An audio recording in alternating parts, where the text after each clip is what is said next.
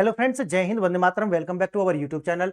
Friends, मैंने एक video बनाई थी और मैंने ये बताया था कि देखिए चाइना से बेहतर एआई भारत की क्यों है और हम ऐसा क्यों कहते हैं कि देखिए चाइना अब आने वाले समय में उस तरीका से परफॉर्म नहीं कर पाएगा जिस तरीका से अभी तक वो करता रहा। और उसका सबसे बड़ा जो कारण है वो मैंने बताया था कि चाइना के द्वारा जो वन चाइल्ड पॉलिसी लोग कहते हैं अपनाई गई थी, मैं क्या कहता हूं, थोपी गई थी। यानी कि चाइना के द्वारा इस पॉलिसी को अपने ऊपर नहीं लगाया गया था बल्कि वेस्ट के कंट्री के द्वारा चाइना के ऊपर इसको थोप दिया गया था। इसके पीछे बहुत बड़ी कॉन्स्पायरेसी है, लेकिन मैं आपको बताता हूं, अगर पढ़ना चाहते हैं तो दो बुक्स हैं, इनको आप पढ़ लीजिए। पहला बुक है मेई फोंग का बुक है जो 2016 में आया था और उसका नाम आपको मिल जाएगा one child the story of China's most radical experiment 2016। ये जो बुक है इसके अंदर आपको विस्तार से मिलेगा कि किन के द्वारा और खासकर वेस्ट के द्वारा किस प्रकार से मैन्युफैक्चरिंग जो यूनिट्स हैं उनको चाइना के अंदर स्थानांतरित करने के लिए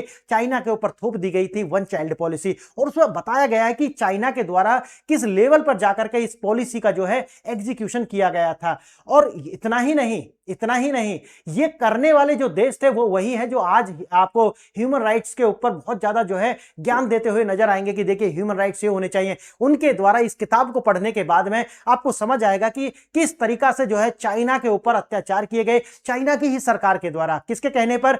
वेस्ट के कहने पर। क्यों कहने पर? क्योंकि मैन्युफैक्चरिंग यूनिट चाहिए थे इसलिए। और इतना ही नहीं, एक बुक तो वो जो मैंने आपको बता दी। अगर आप ज्यादा उत्सुकता रखते हैं इसे और पढ़ने की तो एक बुक और है के.एन. जॉनसन के द्वारा लिखी गई है, चाइनाज हिडन चिल्ड्रन। ये जो किताब है ये आपको अमेजन पे भी मिल जाएंगी, फ्लिपकार्ट पे मिल जाएंगे। अब जाइए इनको डालिए और आपको ये दोनों किताबें पढ़ लीजिए, आपको समझ आ जाएगा कि क्यों मैं कहता हूं कि भारत चाइना से 100 गुना ज्यादा बेटर है। और आने वाले 10 साल के अंदर चाइना जहां आज खड़ा है भारत उससे 1.5 गुना आगे जाकर के खड़ा हो जाएगा। और ऐसा मैं नहीं कहता हूं, पूरी दुनिया के अंदर जितने भी मीडिया आउटलेट्स हैं जाइए फॉलो कीजिए उनको। पूरी दुनिया में एक विचार ये चल रहा है कि आने वाले 9 वर्ष के अंदर मतलब 2035 तक भारत जो है वो $15 ट्रिलियन की इकोनॉमी बन जाएगा। कितनी? $15 ट्रिलियन की इकोनॉमी। और यह बताया गया है कि इसके 10 साल बाद 2045 तक भारत जो है वो $30 ट्रिलियन की इकोनॉमी बन जाएगा। कितना? $30 ट्रिलियन की इकोनॉमी भारत बन जाएगा। इतना ही नहीं, अच्छा, ऐसा कहने के पीछे बहुत सारे रीजन है। और दूसरा जो डेटा है वो आता है नासा की ओर से। नासा के द्वारा लगभग 25 साल तक जो सैटेलाइट्स हैं उनकी इमेज लेकर के रात में ये देखिए जो भी देश होते हैं उनके जो इंडस्ट्रियलाइजेशन बेल्ट जो होती है उसका इमेज लिया गया। किसके द्वारा? नासा के द्वारा। और ये देखा गया कि जिस तरीका से चाइना कहता है कि वो पूरी दुनिया के लिए प्रोडक्शन का जो 33% जो है वो प्रोड्यूस करता है, लेकिन जो इमेजनरी थी वो ये बता रही है कि चाइना की जो फैक्ट्रीज हैं वो रात में शट डाउन हो जाती हैं। अगर रात में शट डाउन होती हैं तो डेटा जो चाइना की सरकार देती है वो डेटा प्लस जो इमेजनरी का जो डेटा है उसके बीच में जो अंतर आता है वो आता है निकल कर 35% का। यानी कि जो देने वाला डेटा सरकार ने दिया चाइना की ने और जो डेटा निकल कर आया नासा का उसके बीच में 35% का अंतर है। तो इसका मतलब यह है कि जो चाइना की सरकार कहती है कि 18 से 20 ट्रिलियन की इकोनॉमी, इसका मतलब यह है कि चाइना की जो इकोनॉमी है नासा के द्वारा वो बताई गई है कितना? लगभग 12 से 13 ट्रिलियन की इकोनॉमी। अच्छा, इतना ही नहीं, आप याद रखना कि 2001 के आसपास जो चाइना की जो अपनी जीडीपी थी वो थी 1.2 ट्रिलियन के आसपास, 1.2 ट्रिलियन जो पूरी जीडीपी जो थी। लेकिन आप जानते होंगे कि वहां से इन्होंने जो ग्रो करने में लगभग 25 साल का समय लिया है, ये 12 से 13 ट्रिलियन बनाने में। लेकिन भारत ये आने वाले 9 साल में करेगा। लगभग 4.5 ट्रिलियन की इकोनॉमी भारत की अभी है, 4.5 ट्रिलियन की इकोनॉमी भारत की अभी है, लेकिन ये 9 साल के अंदर बढ़ करके 15 ट्रिलियन की इकोनॉमी हो जाएगी और उसके बाद जो है 10 साल के अंदर ये 30 ट्रिलियन की इकोनॉमी हो जाएगी। ये सारे के सारे जो डेटा है ये निकल करके आता कहां से है? और ये फिर आप अगर आप इसको थोड़ा सर्च करिए इसमें बैठ करके तो आपको भी समझ में आ जाएगा। मैंने बहुत सारी वीडियो बनाई है, देखिए एक वीडियो में सारा डेटा कवर करूंगा तो बहुत लंबी वीडियो हो जाती है, इसलिए जाइए आप मेरे टेलीग्राम से जुड़ जाइए, सारी वीडियो देखिए, समझ आ जाएगा कि क्या क्या ये आंकड़े हैं। आज देखते हैं जो मैंने आपको बताया कि भारत का एआई क्यों बेहतर है चाइना से।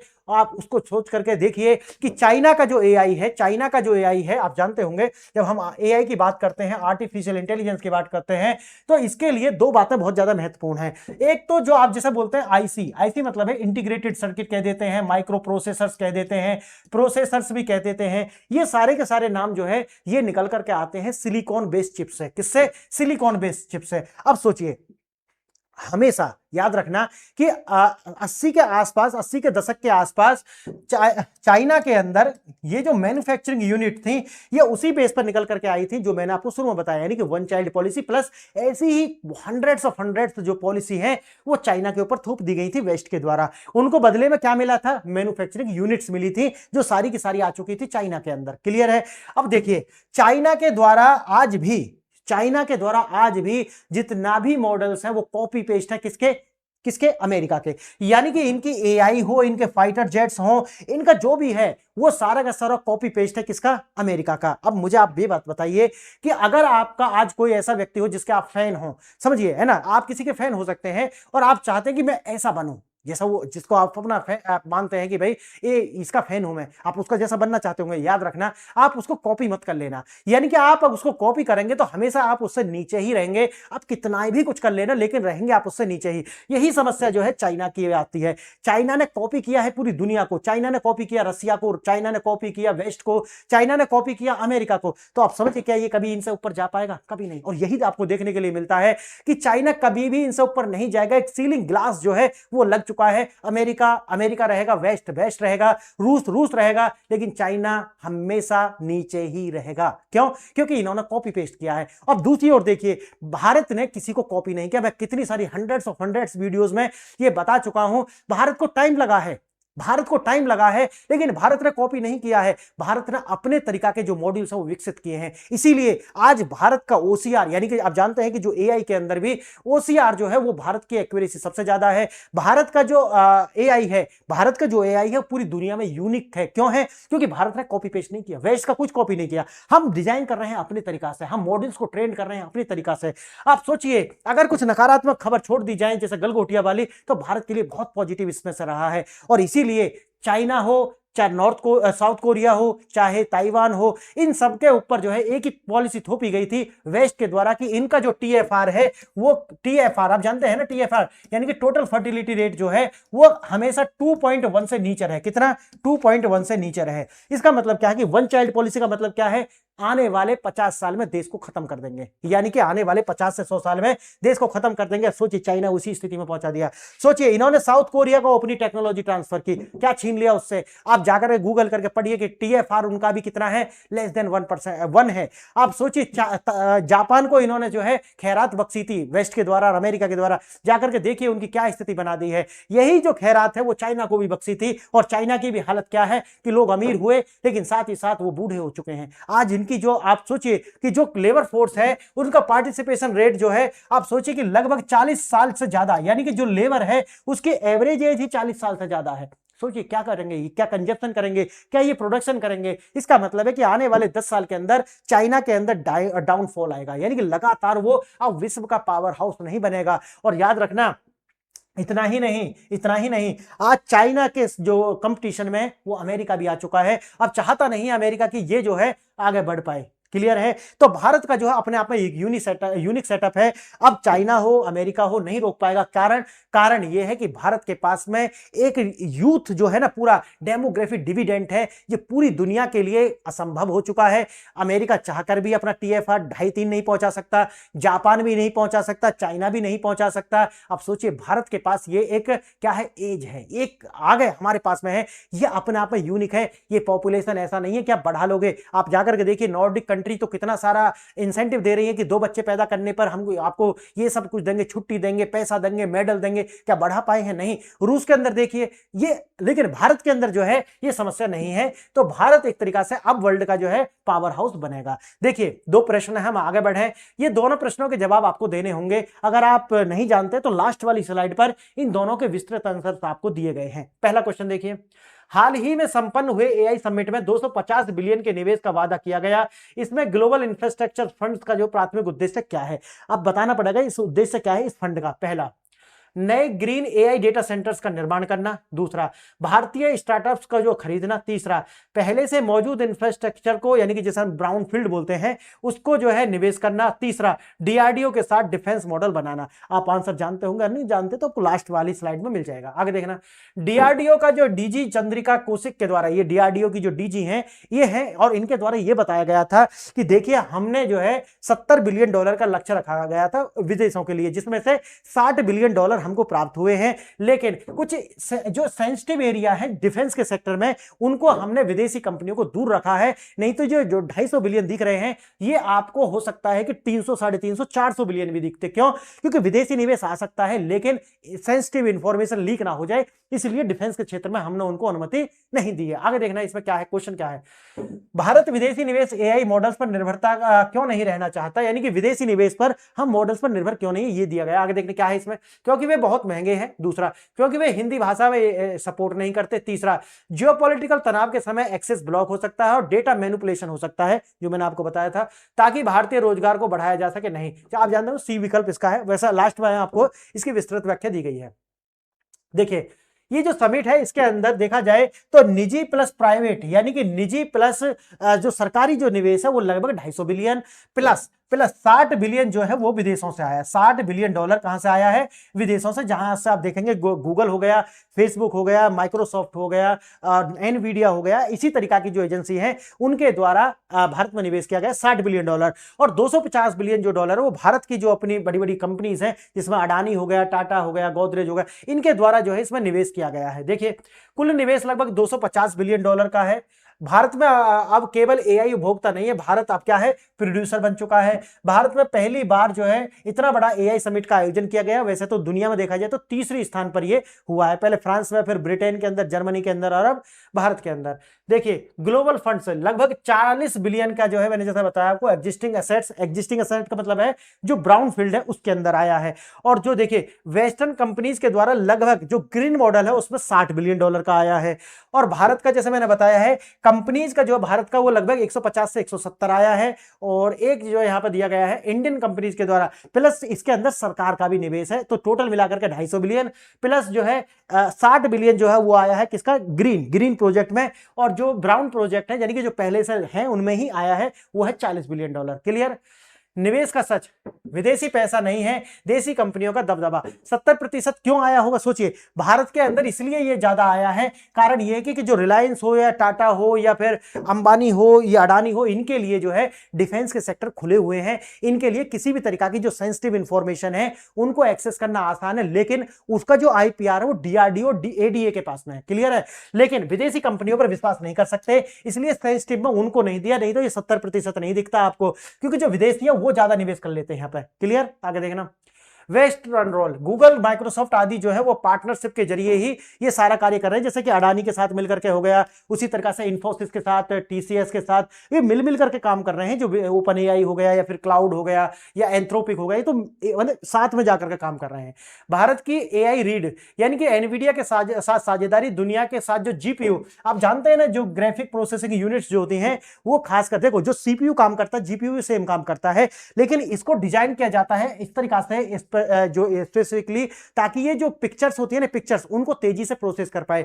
लेकिन ये काम सीपीयू भी कर देता है, लेकिन वो ज्यादा एनर्जी कंज्यूम करता है, ज्यादा समय लेता है, स्पीड कम आती है। लेकिन जीपीयू जो होते हैं वो इसी के लिए स्पेसिफिक डिजाइन करे जाते हैं ताकि पिक्चर्स जो होती हैं उनको, ग्राफिक्स जितना बोलते हैं, उनको तेजी से प्रोसेस कर पाए। आगे देखना, एआई मॉडल्स और क्लाउड इंफ्रास्ट्रक्चर का जो निर्माण है वो भारत के अंदर जियो प्लस ब्रेन के साथ मिलकर के किया जा रहा है। भारत में एआई को हर घर तक यानी कि एआई फॉर ऑल, जो मैंने कई बार सारी वीडियो में बताया है, इसका लक्ष्य रखा गया है।